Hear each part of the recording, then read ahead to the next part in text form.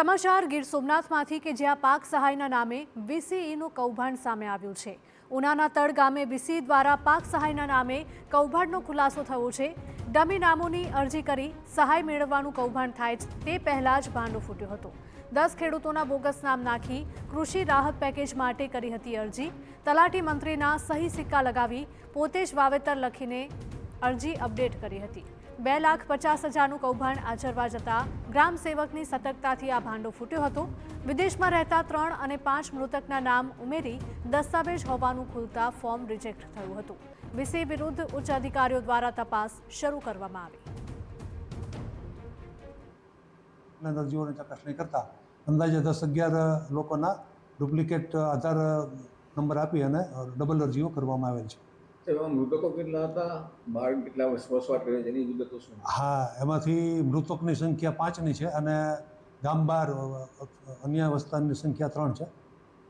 London રહેતા હોય એવા લોકોનું આમાં એપ્લિકેશન? હા, એવા તપાસને અંતે 3 લોકો લંડન હોય એવું જાહેર થયેલ છે। આપના લેવલથી આગળની કાર્યવાહી શું કરવા? હવે આગળની કાર્યવાહી કરવા માટે એમની આઈટી કમિટીની બેઠક બોલાવવાની હોય છે અને આઈટી કમિટીમાં તપાસ અહેવાલ વંચાણે લઈ અને વિષયને છૂટા કરવા જેવી કાર્યવાહી કરવાની હોય છે। આજ મુદ્દે અમારા સંવાદદાતા દિલીપ જોડાયા છે ફોનલાઈન પર વધુ અપડેટ સાથે। દિલીપ, પાક સહાયના નામે વીસીઈનું આખું કૌભાંડ સામે આવી રહ્યું છે, શું કાર્યવાહી કરવામાં આવશે?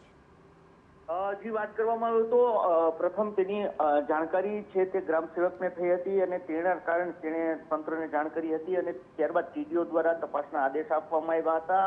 આમાં 3 લોકો એવા છે જે લંડનના નાગરિક છે, મતલબ કે દીવના છે અને લંડન રહે છે, જ્યારે 5 લોકો છે તેના મોત થઈ ચૂક્યા હતા જેના પણ નામ ઉમેરવામાં આવ્યા છે અને 2 વીસીઈના સગા હોવાનું સામે આવ્યું છે।